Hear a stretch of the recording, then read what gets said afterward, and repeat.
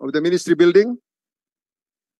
And the interesting part is the second floor, where the room of Apollo Kibuloy is situated. Next slide.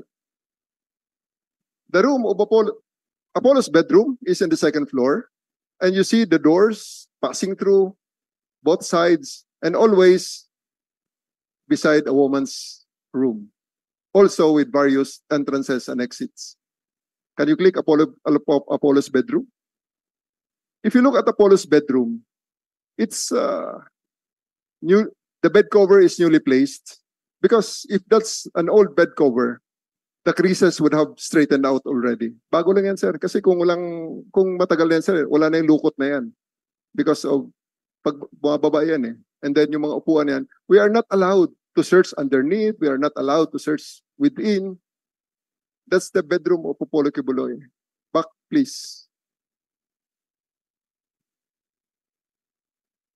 And I would like to stress, woman's room. Can you please click on that? That cannot be denied. Shoes, designer bags, luxury items, name it. In a woman's room, we cannot find, we cannot name, we don't know. But definitely not Apollo Kibuloy's child. Next slide. So again, back muna. Back sa ating sketch. Again, if we look at the sketch, tagus-tagusan ang mga pintuan, sir. Hindi pwedeng 10 lang ang pwede dyan. Kasi pag 10 lang ang pwede dyan at may kasama yung tao na magtatago, hindi mo talaga makikita dahil i-delay lang, sir. I-delay lang, lipat sa kabila. I-delay lang, lipat sa kabila. Two stories yan. Dalawa ang hagdanan sa magkabilaan, may hagdanan sa gitna. Paano mo makikita yan kung may nakikialam, nakakampi ng nagtatago at 10 lang kayo, 5 on each wing? Hindi pwede talaga, sir. Next slide. May mga walk-in closet pa, sir. Yan. And then, the next day, we repeated the search. Yan ang sabi nila na binabalikan namin because we came together with the DSWD to look for the children kung hindi man lang, at mas search na mas maayos. Again, they were freezed, they were delayed. Next slide.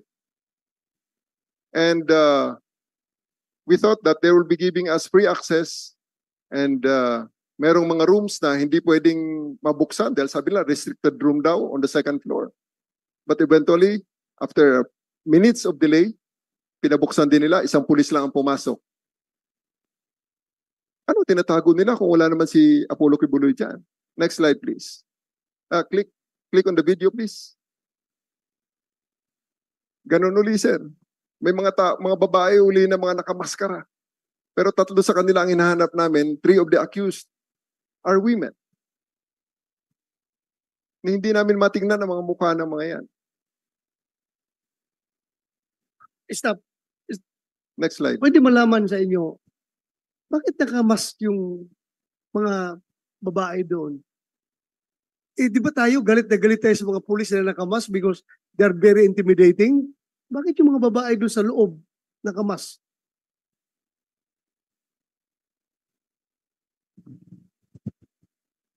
Sir, nagmamask talaga kami doon sa loob. Since nung nag-siege. Kasi bumabaho. Mabaho at saka very polluted yung area. But if they could have requested us to take up our mask, we would. Pero talagang we are just protecting ourselves from this pollution. Polluted yung area. Kasi lahat ng sundalo, lahat nandoon. Nagmamask kami. Therefore, mali rin ako nung pinagalitan ko yung mga pulis sa highway. Bakit kayo nakamask? Ang rason nila, polluted sir, dahil maraming usok dito, highway ito. Sir. Daming sasakyan. So mali yung aking assumption na ang purpose nila doon is para hindi sila makilala at para intimidate yung dating nila. Kapag ganun. Sorry ha.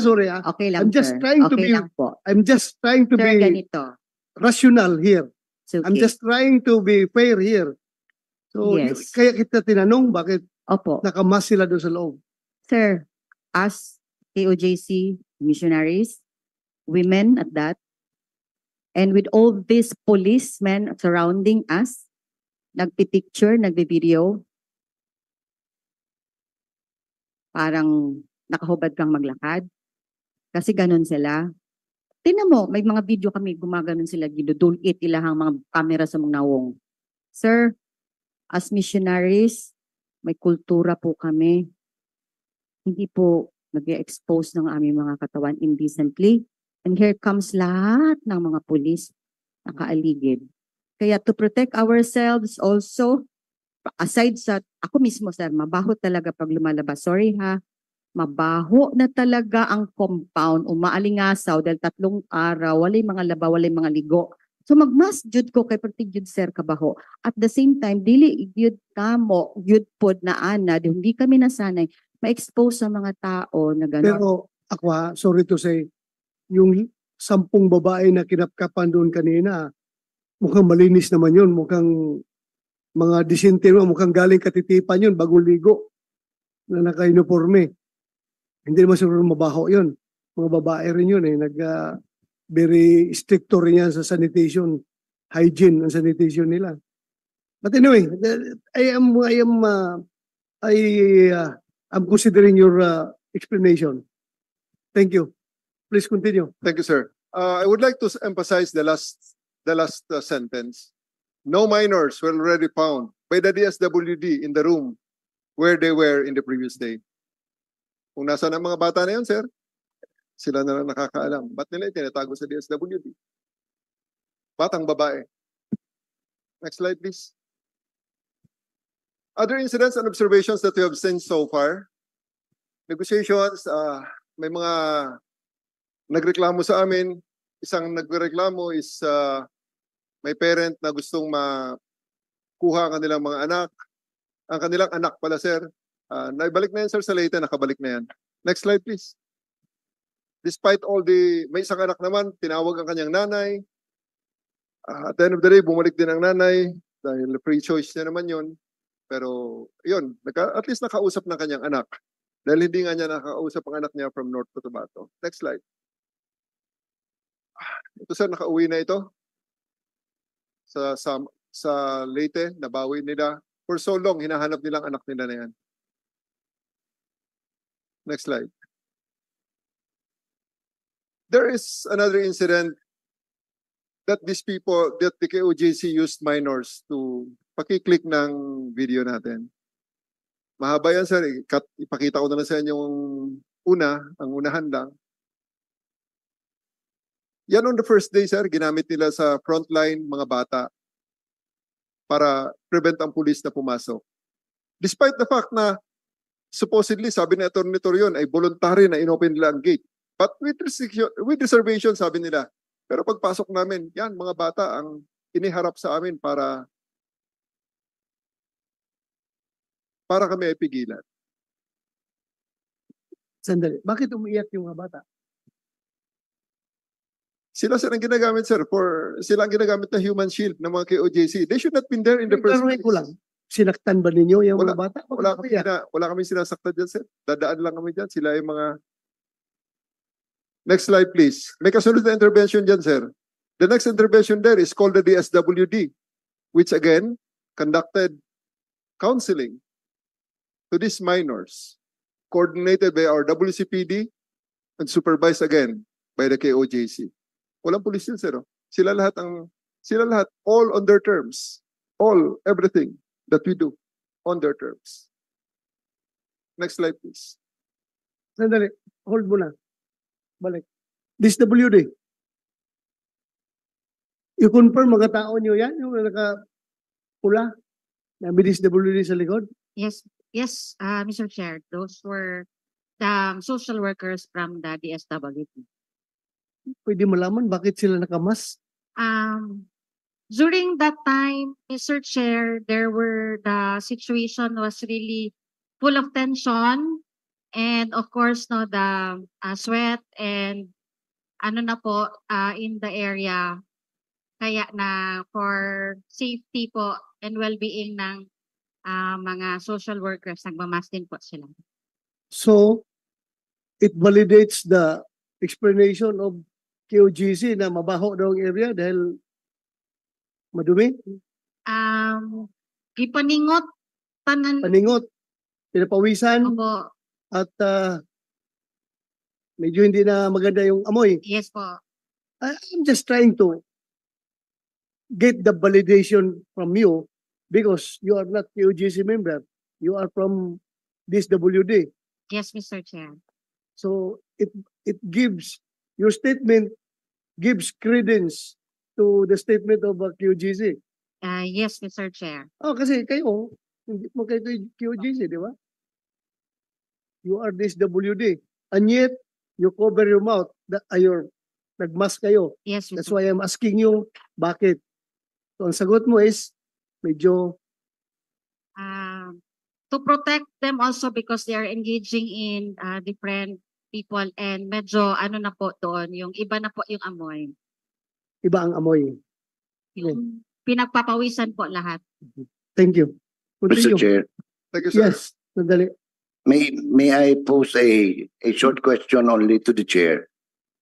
Because I'm looking at the picture, and as a former social worker of the Department of Social Welfare and Development for 5 years, I'd like to know whether the requisite of a social case study has been done prior to the counseling. You address your question to... Yes, sir. Yes, sir. Yeah. That's my question, sir. Ano kung nag-address, If a social case study has been conducted by the social workers of the Kagawaran ng Kagalingang Panlipunan at Pagpapaunlad, kung kanilang ginawa yon bago magsagawa ng psychological intervention. thank you. Quickly, please answer. So that babalik tayo dito sa presentation nila.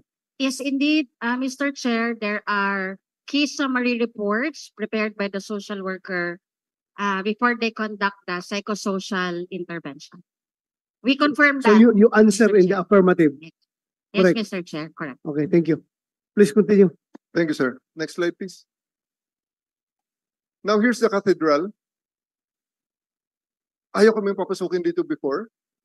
Eventually, sa kakulitan namin and saka gagamit ng diplomasiya, we found this door. Going to the lounge of Apollo Kibuloy. And again, he has a bedroom in the cathedral. Wala naman kami sinasabing kung ano man, but he has a bedroom in the cathedral.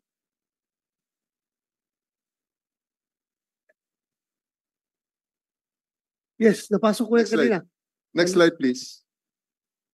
So, dito sir, obserbahan niyo yung aso. Aside from the technical equipment, ito ho ang aso nang pumasok dyan. Tingnan niyo yung aso sa lower right. Scratching the floor, indicating that there's life beneath. Rescue dog yan, sir. Naghahanap yan ng mga taong trapped under the rubbles. Tingnan mo, sir. Unless na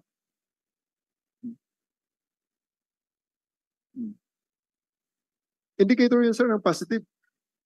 Na may naaamoy siya sa ilalim ng carpet. Ito sa baba naman, sir, makikita nyo, magtatatahol naman yung aso na yan, sir. Unless na naturuan ng aso. O bakit wala kayo nakita? Hindi pa namin, sir, nabubutas yan, sir. Ha? Hindi pa namin nabubutas Bakit yan. hindi nyo binutas? Bubutasin natin, sir. Ha? Later on, sir. Di, sir. Oh, Hindi namin, you're prolonging the agony. Nakita ko na yung nagkuha na yung aso, signaling positive presence ng life to sa ilalim. Bakit hindi na nyo kaagad naksyonan? hindi pa kami, sir, nakakapapas. Diyan, sir, kasi cathedral yan, sir. Take into consideration the sensibilities of KOJC. Hindi namin, sir, gagawin yung butas yan, sir, na kasinlaki nung ginawa namin sa basement. Because if they will allow us, we'll If you enter really a want- drilling If you machine. really want to arrest Pastor Kibuloy, Yes, sir. We'll use, 13 days na eh. Bakit hindi nyo ginawa yan? makita naman natin, sir, yung resistance on the first 1 week na talaga, sir, na we cannot bring in the equipment that we need. They really want, they stop us, yung sinasabi nila, sir, na x-ray. Kita mo, sir, pati ang pickaxe, hindi namin maipasok ng basta-basta. That's why I really, after those, Alam mo, their allegations, Alam mo, Nick, everything will be settled yung paghaharang nila, hindi din haharang sa inyo kung meron kayong search warrant. Gawin ninyo ang search cannot- warrant para we cannot- Sir, we cannot apply for a search warrant considering that a search warrant is used for contrabands, things, and illegal items. We're not alleging that, sir. What we are looking for is a person. No judge will issue us a search warrant because we do not allege that there's drugs there. We do not allege that there are illegal items there, sir. The search warrant will only cover things because it will say that you are commanded to bring to me this caliber 45, which is illegal in the possession of Mr. Salvador. Yun, sir. We cannot Correct. I make agree. lies. I agree. Yes, I sir. agree. Thank you, sir. Right. So, ayan, sir, ang mga indicators na hindi namin pwedeng i-ignore. So, again, that's what I said before. We'll drill holes in there, sir, with the approval of the with or without the approval of the GMC. But we want to leave a very small footprint. We want to bring in a borehole drilling machine, which will only make a 4-inch or 6-inch hole where we can put down our telescopic cameras to ensure to inspect what is beneath, maybe 10 meters below the ground. Yan sir, kahol ng kahol. Oh. So, hindi naman pwede namin paulit-ulitin yan sir because the dog will, may mga restrictions din ang pagpaulit-ulit sa aso at masisira rin ang kanyang masisira ang kanyang training pag paulit-ulit na lang na wala kaming ginagawa. Next slide, please. So, general observation. These are our general observations, sir. The most common refrain of KOJC in preventing or delaying searches is quarters na mga babae yan. And we have heard it a while ago from one of our resource persons na puro daw mga quarters na mga babae. And true enough. Next. And true enough, we find bedrooms of women surrounding the bedroom of Popolo Kibuloy. Next slide, please. In these 3 areas that we searched, we observed that Kibuloy's room is the only man's room in these areas. I would like to ask KOJC to tour you on those facilities in the ACQ College of Ministry, in the cathedral, in the first floor of the GMC building, in the dormitory of the pastorals, if there are other men living in that area. And show to you, to August senators and reporters, if there are really other men living in that area aside from Kibuloy, So in the midst of women. what are you trying to imply? I'm trying to imply, sir, that the warrant, especially this warrant in branch 106, for violation of section 5P of RA 7610, that reads, the charges, the warrant is subsisting on August 8, issued on August 8, and signed by Judge Noel Parel. Pasensya na kayo, sir. Affected ako, sir, sa mga ganitong klaseng warrant, sir. The Continue. charges is Continue. the warrant was issued for violation of section 5B of RA 7610 that reads, those who commit an act of sexual intercourse or lascivious conduct with a child exploited in prostitution or subject to other sexual abuse. The law, sir. Next slide, please. And all the rooms of Apollo Kibuloy are not offices. All these rooms are bedrooms, including in the cathedral. Next slide, please. His room in the ACQ College of Ministry is the most lavish so far. Next slide. With a jacuzzi to boot. And that is surrounded by rooms of women. Adjacent to it is a room for a woman we have not yet identified. Next slide. Well, as if Assessment. you're trying to impute malice. You're trying to impute malice because, dali, like, yung bathtub na yan, regardless kung gaano kamahal yan, kaya nga niya bumili ng eroplano eh. Kaya nga niya bumili ng helicopter eh. So, Sir, nung the warrant of arrest had already been issued by a judge on charges of sex with a minor. so, That means, sir, that the rooms that we are searching is really the room of Apollo Kibuloy based on all the indicators.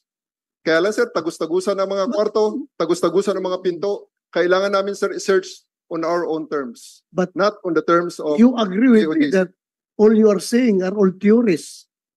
Yes, sir, of course. Kasi have you seen Pastor Apollo Kibuloy making sex with the children in that bathtub?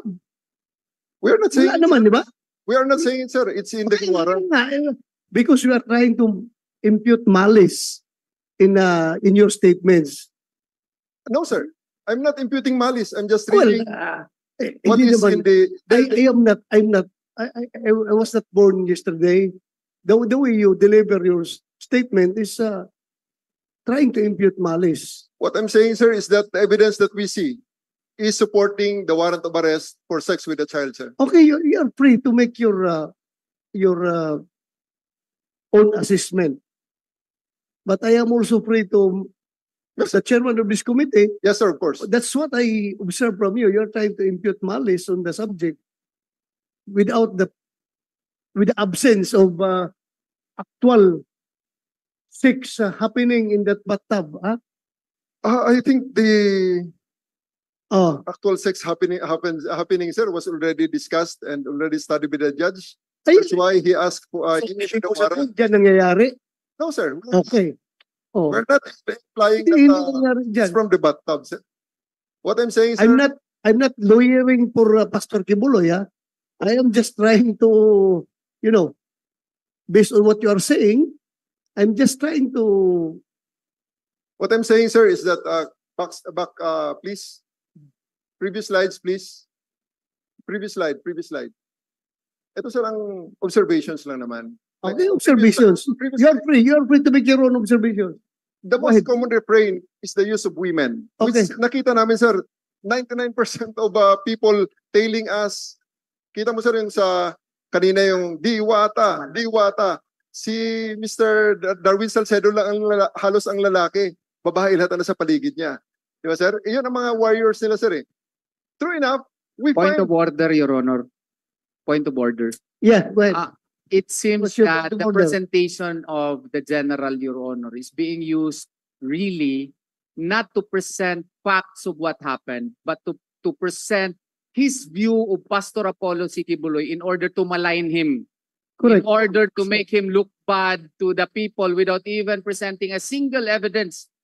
And possible reason why is it that the location of the rooms are like that? Simply because of the fact that there are many members of the KOJC. And to impute malice into his supposed presentation, Your Honor, which is actually a confirmation that he is turning an arrest warrant into a general warrant, which is prohibited in the Constitution, Your Honor, because he is conducting only search based only on an arrest warrant. And we were even trapped on September 2, 2024, where his police women went there, Your Honor. It was already day 9. The patience of the people there was already running thin. And they were there, Your Honor, many times already. And on day 9, suddenly they had this all women this time. And of course, since his women was only carrying an arrest warrant, they tried to assert their right that maybe what you are doing is no longer right. Okay. I would like to remind General Torre to cease and desist from giving your observations na walang factual basis. Okay? So please continue. Again, sir, this is supported by the videos. Kanina pa, sir, yung sinasabi na quarters ng mga babae yan. Paulit-ulit yan, sir. Kaya nga, Sige, sir. noted na yan ng committee. Yung room ni Pastor Kibuloy surrounded by rooms of women. Next slide, please. So, Yes, sir. that's a fact. Thank you, sir. Please do not go beyond that fact. Yes, sir. Thank you, Okay. sir. Assessment. Your Honor, if I may point of order, How did he know that those are rooms of women in the first place? Sir, Okay, can you And that explain? prior to the time when Pastor Apollo Sikibuloy did not can no longer be found since March, how did he know that what's it called this? Those were occupied by in fact women. Why? Was he staying there? Oh, you want to answer? Yeah, right. just manifestation of impartiality and fairness, Mr. Chair and Your Honors. And I just would like to ask if a resource person could raise a point of order, Your Honor. Thank you, Your Honor. You are raising a good point. I think as far as the rules of this committee is concerned, only members of the committee can raise a point of order. So I take back my consideration of this point of order. Okay? Fair enough. Okay, thank you. Please continue. Thank you very much, sir. So let me just go to my assessment. Matatapos na tayo, sir. We are still very far in completing the search for Apollo Kibuloy and KOJC. The operation is hindered and controlled by the KOJC, who uses its followers to intervene, interfere, harass, cause delays, and in general disrupt the search. We believe that this allows Kibuloy and others to relocate and hide, change their location, as the search, even just in a single building, is being conducted, notwithstanding changing his location. Sa ngayon, sir, ang SMNI studio, hindi pa nga namin, sir, nasa-search eh. Hindi pa namin nasa-search, sir, sa loob yan. Add to this, the numerous CCTVs all over the place na hindi namin, sir, disable, and the radios and cell phones of KOJC members tailing the searchers around. Thus, it cannot be helped but to conclude that up to this point, what we had done so far is play hide and seek with Kibuloy in his 30-hectare property and with his for a while, followers. for a while, when Yes, sir. you say that actually, sir, yung ano yung sinabi mo kanina, hindi pa namin yan na-search. Yes, sir. So do you intend to search that area? Yes, sir. Kasi ganito, the basis for you to serve a warrant of arrest on a particular area is based on your reasonableness na andyan siya. Ngayon, you mean to say na sabi mo na naman na ando na naman siya sa yung area na hindi mo pa na-search? The area, sir, is the area that we reasonably believe that where he is the KOJC compound. Mr. Chair, Wow, napakalaking area yun. Mr. Chair, Maybe his concept of searching, Your Honor, is again to dig a tunnel in the SMNI so that he could look at the soil and the rocks that would be found therein if Pastor Apollo Kibuloy is there. Maybe that is his concept of search, Your Honor. I presume that's the search that he wants to do. Am I correct? If the life detector will indicate, sir, why not? So, wala kayong katapusan nito. Please continue. Next slide. So this is our recommendation, sir. If we really want this to end, we want to clear all of Kibuloy supporters from the compound to allow full access and thorough search of the fugitive. From the start until yesterday, they are just obstructing justice. Please click. Hanggang kahapon, sir, yan ba ang outnumbered? Yan ba ang sinasabi nilang excessive force? Mas marami pa sila, sir. At yan, basura na lang yan, sir, ilalabas namin. Inaagaw pa sa amin at tinitingnan yan, sir, na kung sino-sino mga alipores ni Kibuloy. The videos will not lie. That's why they just present pictures. Not Actually, videos. you may stop. Actually, I am preparing this kind of video na gusto kong i-present ngayon just to show to the members of the KOJC that I am a little bit dismayed. Bakit nangyari yan? Ako'y naawa sa pulis. Ako, sa totoo lang ha, ako'y nasaktan sa pulis na magtatapon lang ng basura at tila kinuyog pa. Your Honor. I know your reason. I know your reason. Gusto ninyo na malaman kung anong laman sa loob, pero ang pulis naman na patrolman na inutusan na magtapon ng basura refuse to engage with you in a conversation dahil nga ayaw lang ng partner na mag-escalate ang tension. Ako lang, I'm just expressing my dismay. Bakit yung patrolman na magtatapon lang ng basura sa labas, umabot pa kayo sa ganyang sitwasyon, nagkagulo na ng gusto. Alam ko yung rason ninyo, gusto ninyong transparent lahat, okay lang yun. Pero yung nakita ko lang yung pulis ba na hinihila dito sa yung cooler, hinihila dito sa, nakita ko kasi yung maraming anggulo yung video niya dahil maraming kumukuha.